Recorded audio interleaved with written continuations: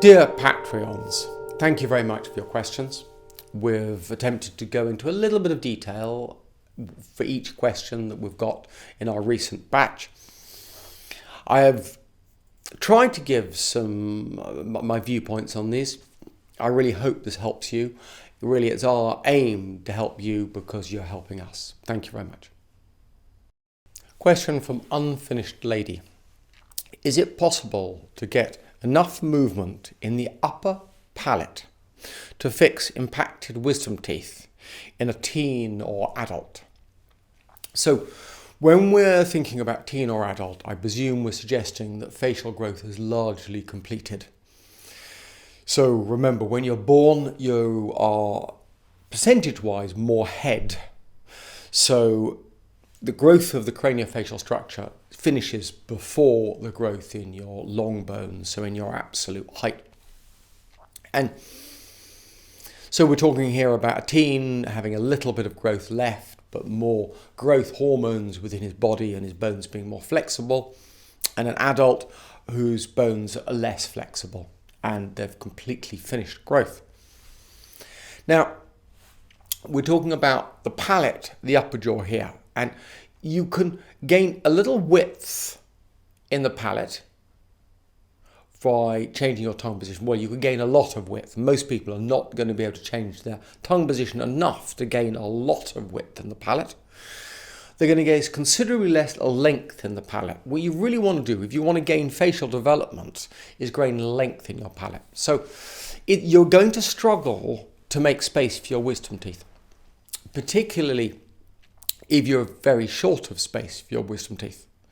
And the teeth should, ideal wisdom teeth as they arrive about the age of 18 years old. This has been pushed back greatly in modern society, largely because there's no space for them.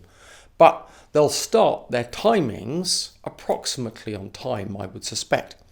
So if you've not got wisdom teeth currently, then probably they have formed and they've probably gone in the wrong direction already, meaning that you're going to struggle to not only provide enough space for them, but then correct their path of growth. So yes, in theory it's possible. What I see a lot of is people who really start mewing and engaging in these exercises a lot, and wisdom teeth that are almost erupted but hadn't quite, then start to erupt. And I've had a few people who said that actually this has then gone on to cause them larger problems because their wisdom teeth weren't causing problems until they started mewing, and then the wisdom teeth did start to come into place. A few people have told me that they have gained wisdom teeth fully into position from mewing. But I think what we're doing here is we're just tipping the balance rather than going into a great change that is possible. And I don't think it's because the change isn't possible. I think it's hard to elicit real change in people. Now, one top tip, that if your wisdom teeth do start playing up, my recommendation is to use a hydrogen peroxide mouthwash.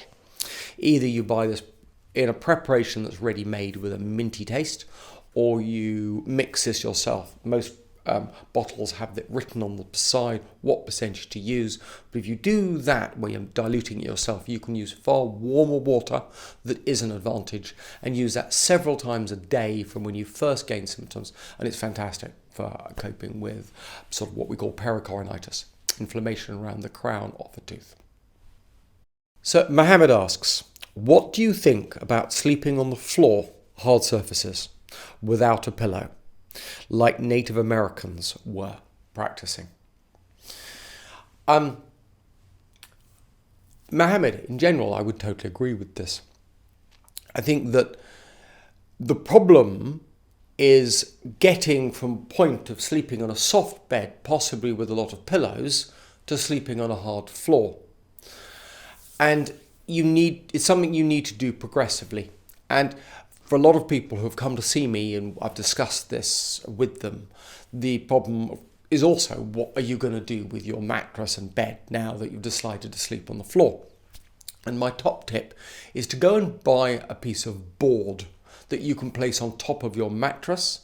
Then if you get the sort of ground covers sort of that you would use for camping.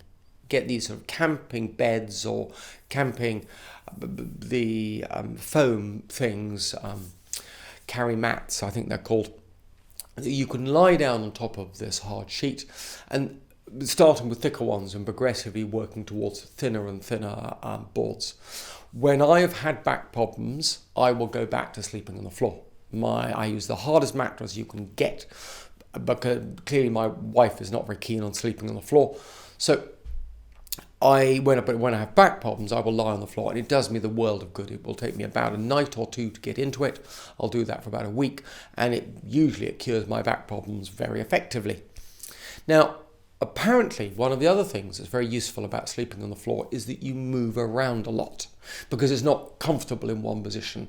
And this is actually very good for us to move around and be in different positions. But in general, I think it's a good idea. Just progressively do it slowly. And be careful that you don't get any aches and pains as you change. So a question from Dylan. He's asking, how does one best go about fixing asymmetrical teeth, palate and jaw? Now, I'm presuming that you've got straight teeth due to braces, and now you want to fix these asymmetries. Well, fixing asymmetries is difficult once they've developed. It's one of the harder things to do. The way that I'm viewing things is that the different forces that hold up the maxilla can be attributed to the direct forces, which is the tongue on the roof of the mouth, on the palate, and the indirect forces, which is the force through the teeth into the bone. Now, primarily, the indirect forces will be the right and the left indirect forces, whereas the direct forces will be a central force. And from what I'm thinking, when people don't have the tongue on the roof of the mouth, then usually the indirect forces take over. So you have the right and left indirect forces. And if these indirect forces are unbalanced, that's one of the largest, I believe, contributing factors in leading to facial asymmetry. So really, the answer is to get the tongue on the roof of the mouth. And the tongue on the roof of the mouth will tend to pull the face symmetrically, where left or right imbalances will tend to create asymmetry. So in short, the answer to the question is just getting the tongue on the roof of the mouth, which is usually the answer to most things. It's just boring, it's dull, and it doesn't go very quickly. But over a significant period of time, it will slowly make a difference. Work hard. Keep on mewing. So then we have a question from AF. Apologies if this has already been covered in previous content, but does one need to focus on the expansion of the front teeth arch as well as the back while mewing? I mean, this is an interesting question. I think that you don't need to focus on any one particular area. You just get your tongue in the roof of the mouth. The tongue is going to occupy the front or anterior arch, dental arch, as well as the posterior, the back of the dental arch, and move everything in one go. What I tend to notice is that the tooth number 7 nearly always is significantly further out than the other teeth, suggesting that the further back you go in the mouth, the more resistant people are to the effects of craniofacial dystrophy and a narrow palate. So really, it's the mid to front arch where most people need to work hardest or make most of their effort. Another question from AF. Also, I have heard from several people on the effectiveness of mouth open chewing over closed mouth chewing in achieving muscle hypertrophy and better oral posture. What are your thoughts on mouth open chewing? I am interested in the fact that I often train people by asking them to keep their lips apart, because this removes the facial musculature from the equation. And I teach people to put the tongue on the roof of the mouth only, without the tongue slipping through between the teeth.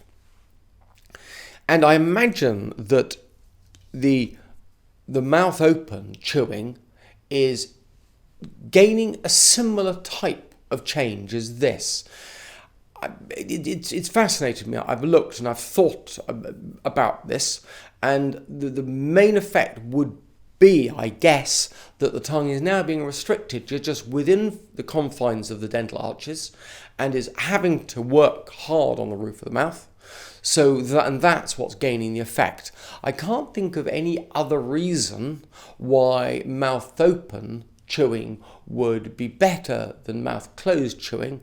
And once you've gained a good technique from mouth open chewing, I would imagine that you can just let your facial musculature go, let your lips relax into a good position, and that should be just as effective as mouth open chewing. And then a question from Quinton. What's the best way to keep your tongue sticking to the upper part of your mouth while sleeping? Quinton, the most important thing to remember is that practice makes perfect. If you've got your tongue on the roof of your mouth most of the day, this should carry through into the night. Also, the tongue will slowly take the shape of the roof of the mouth if it's there all the time. And if it takes the shape of the roof of the mouth, it will fit better in the roof of the mouth. We've discussed previously methods of using your lips, to taping your lips to help keep them together. And that can act as a reminder, a little alarm call. So you train your subconscious to listen to these alarm calls so that it then reminds you to keep your tongue on the roof of the mouth. But also I think that if you gain a suction hold with your tongue on the roof of the mouth and then you do multiple swallows again and again and again, slowly the saliva that comes out becomes more and more viscous and more gluey. You get rid of all of what we refer to as a serous saliva, and that's slowly replaced by much thicker saliva. And if you focus on this for a good 10 minutes, you can really then stick your tongue onto the roof of the mouth. You can stick this whole apparatus into this, into a sort of suction hold position. You do that just before you go to bed and make sure you're not exerting too much tension in your jaw muscles. Then you're going to have a much better chance of maintaining your tongue on the roof of the mouth. Clearly, again, practice makes perfect. And you're going to need to work on this it's a lifetime project, isn't it? But work on it, and over time you will get better and you will find yourself waking up with your tongue on the roof of the mouth. The next question from Chad. Is a suction swallow supposed to be done with regular breathing?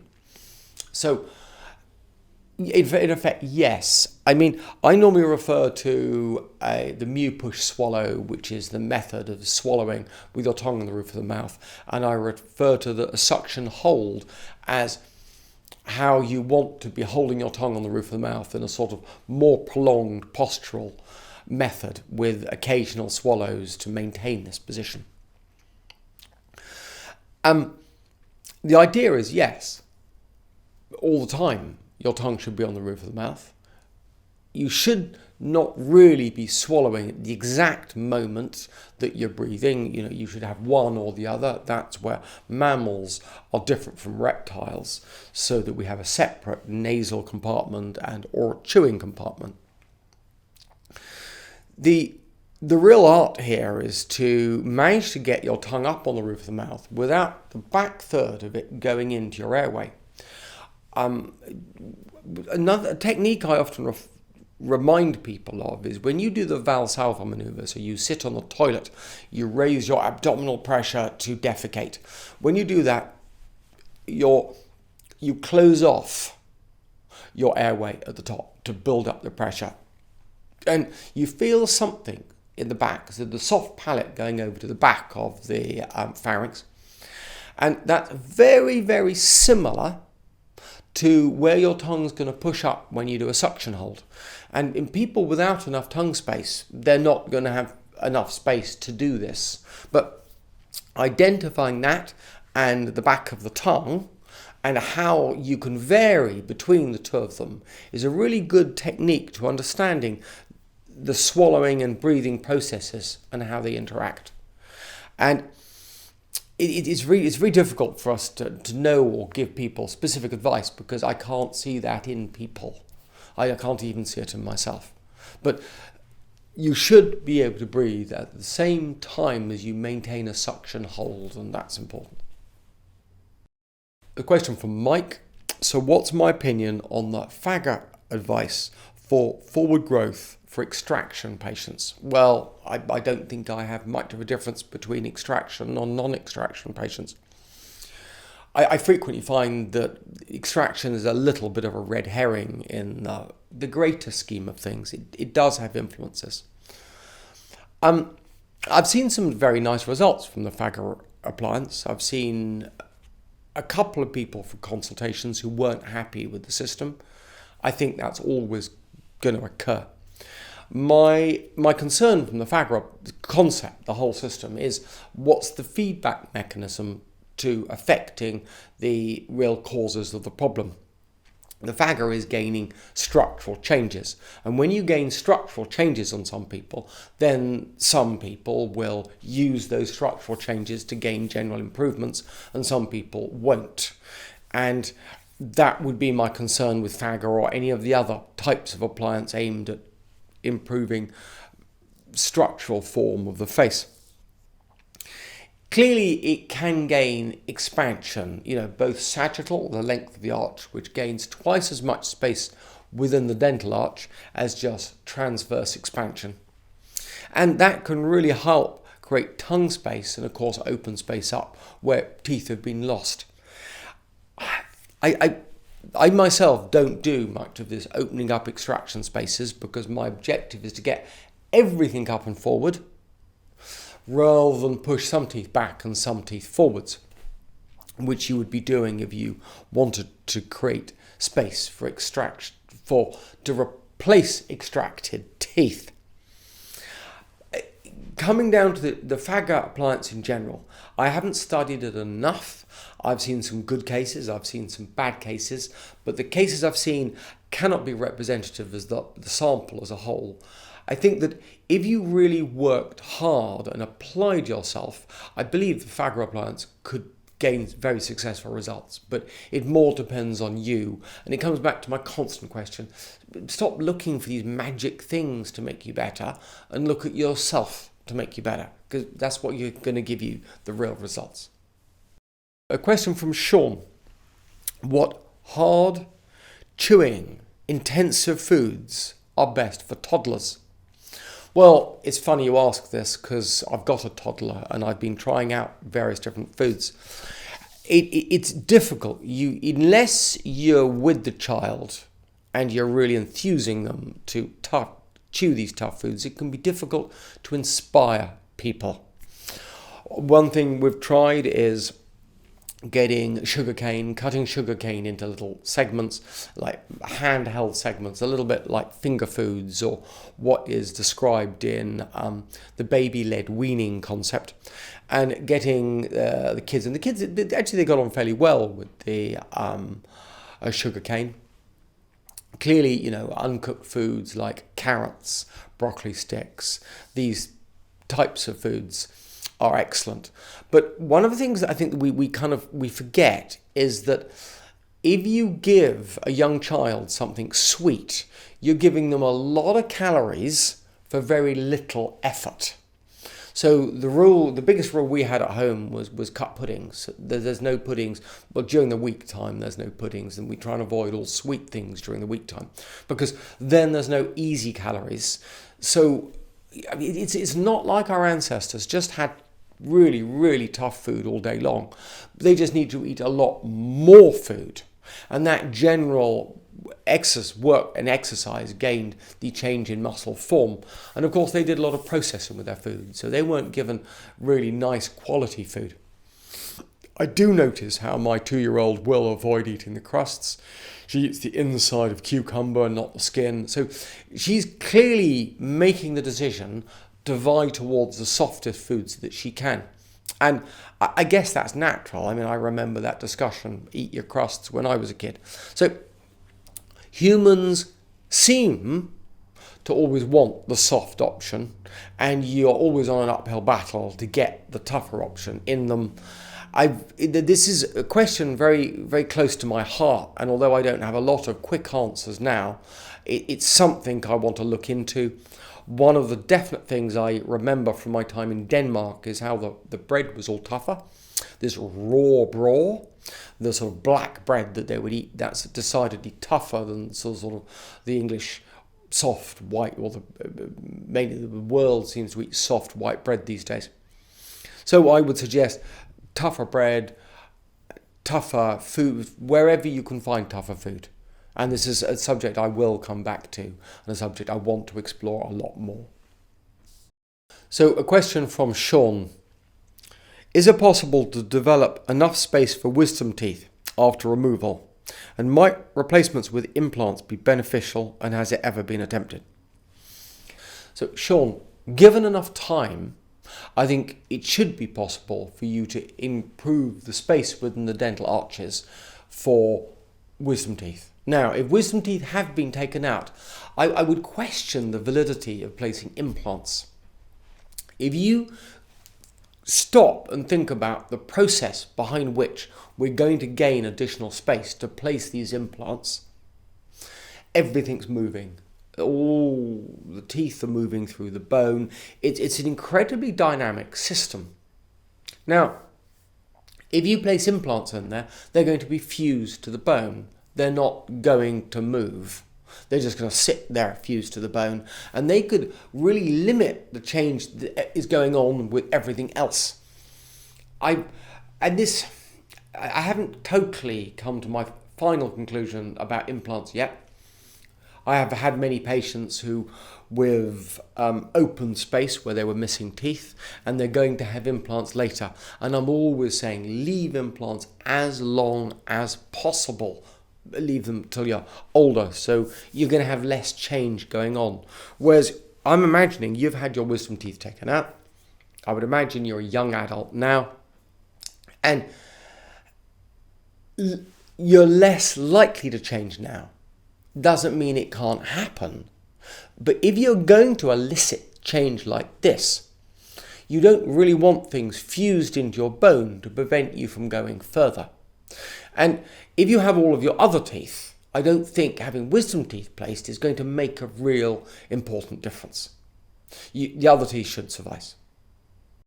Sean asked questions about jaw size. Now, I owe jaw size a video reviewing them. I've just been very busy, and it's one of the things that dropped back to the back of my mind, and I apologise to jaw size for that. In general, I think it's a good concept. Anything that gets you to use your facial musculature and gently build yourself up. It's sometimes people need gadgets to encourage them to do this sort of thing. A slight concern is that you're doing this with your jaws slightly open.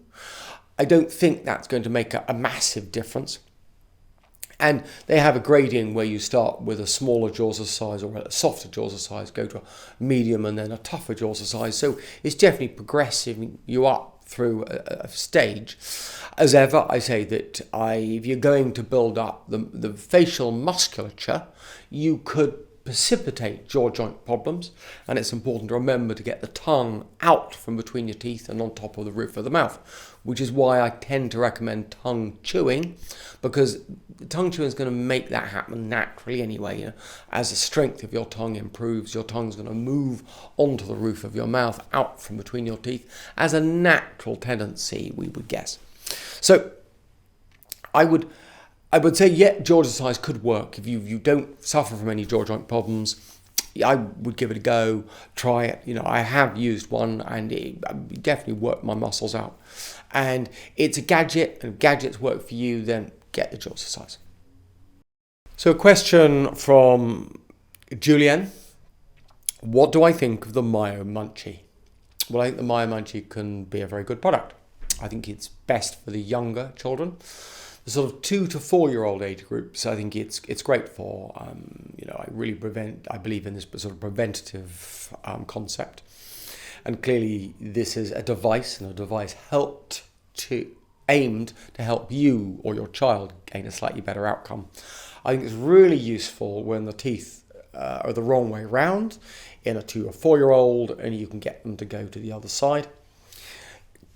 As you get older, the amount of time you're spending using a My Munchie would have to increase exponentially to gain the same effect. And I think relatively quickly it would become disproportionately difficult to gain the effect out of a My Munchie.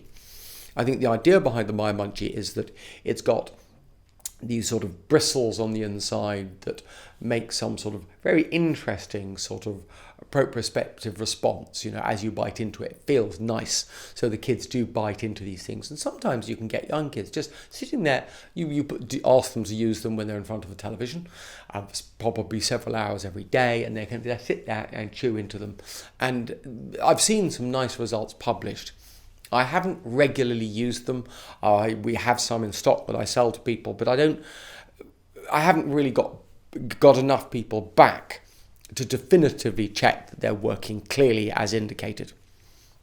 I did know Kevin Bjork, who developed it, and I've met his daughter a few times, Mary, and I think it's a great idea. And Kevin was way ahead of his time coming up with that concept. I think that certainly My Brace and quite a few other people definitely learnt from him.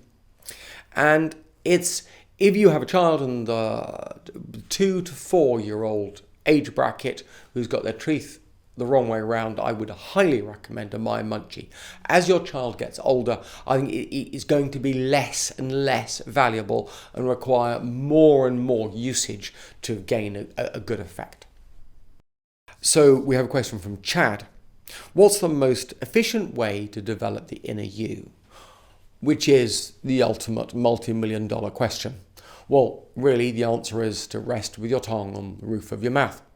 And then the next down is to function with your tongue on the roof of the mouth.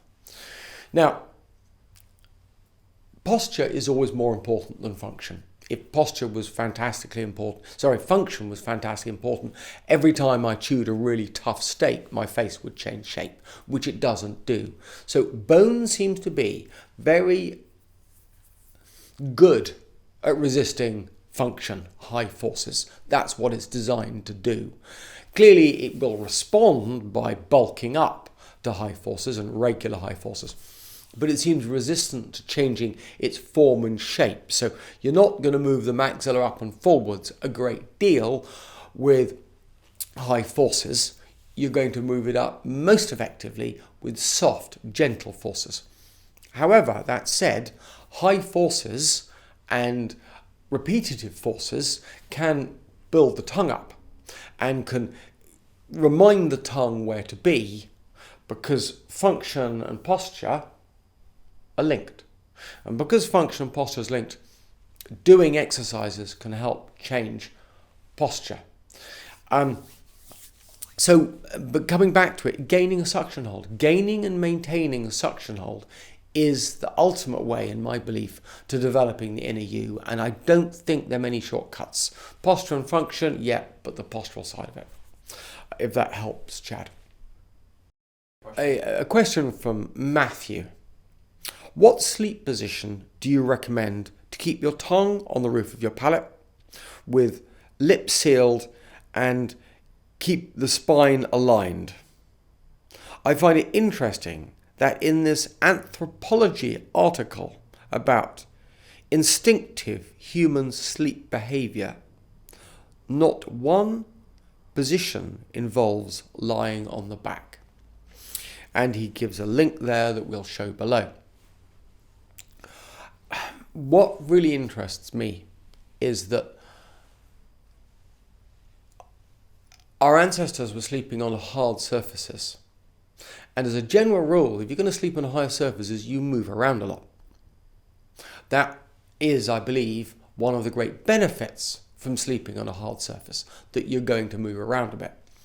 So I've not really taken a position on any one sleeping position. I hear so much contradictory evidence and so many different opinions and a lack of conclusive evidence. One thing I do notice is that lying on our back seems to have been very commonly portrayed in art and texts from the past. So it does seem to be quite a common position, and yet when you lie on your back, this is the most common position for your mouth to drop open. I particularly notice this in my children. However, people in times gone by had far better muscle tone and oral posture and of course structure. So maybe they were lying on their back and that was fine with their current posture and function. Whereas today, lying on your back seems to exacerbate snoring. So I don't know, I'm going to have to pass on that. I have not really made a big thought, a conclusion on what position we should be sleeping in yet. And clearly I will update you all when I make that decision.